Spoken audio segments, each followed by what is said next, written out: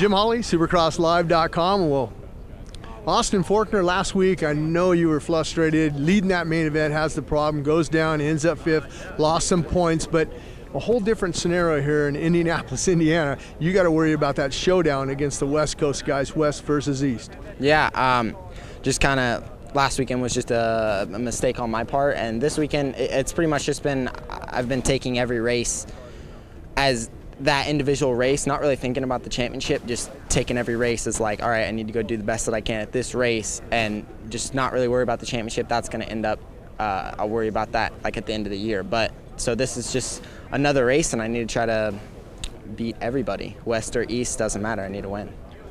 This race here, like, you know, obviously you've been around a little bit now, your second year. You know you're going to make mistakes out there. It's how do you regroup and focus, you know, because some guys make mistakes and then they just fall apart.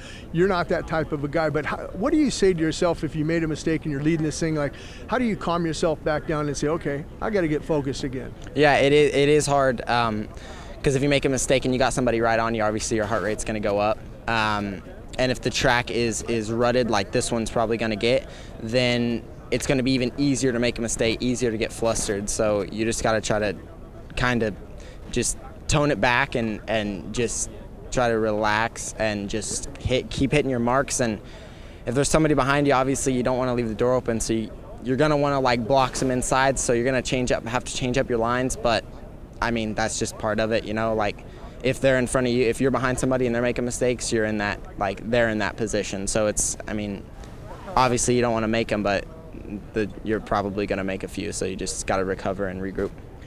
In qualifying, when you're out there, do you look at the track and you break it down like, hey, this is the fast line, but that line's going to get worn out. I'm going to have to make the inside, the outside work. In qualifying, do you look for different lines? Yeah, especially the last session, just start to look at lines that are getting chewed up that by the main event are probably going to be, because usually the last qualifying session is quite a bit like how the main event's going to be, so you can kind of tell, like, all right, this line is getting real tore up. You might have to do an opposite rhythm, you know, to kind of get out of the ruts. So pretty much just look at that, look at the turns and the whoops, and just try to get a feel for how it's going to be for the main, because they're going to work it after practice, so the heat race is going to be fresh. But after the main, leading up to the main, it's going to be pretty rutted.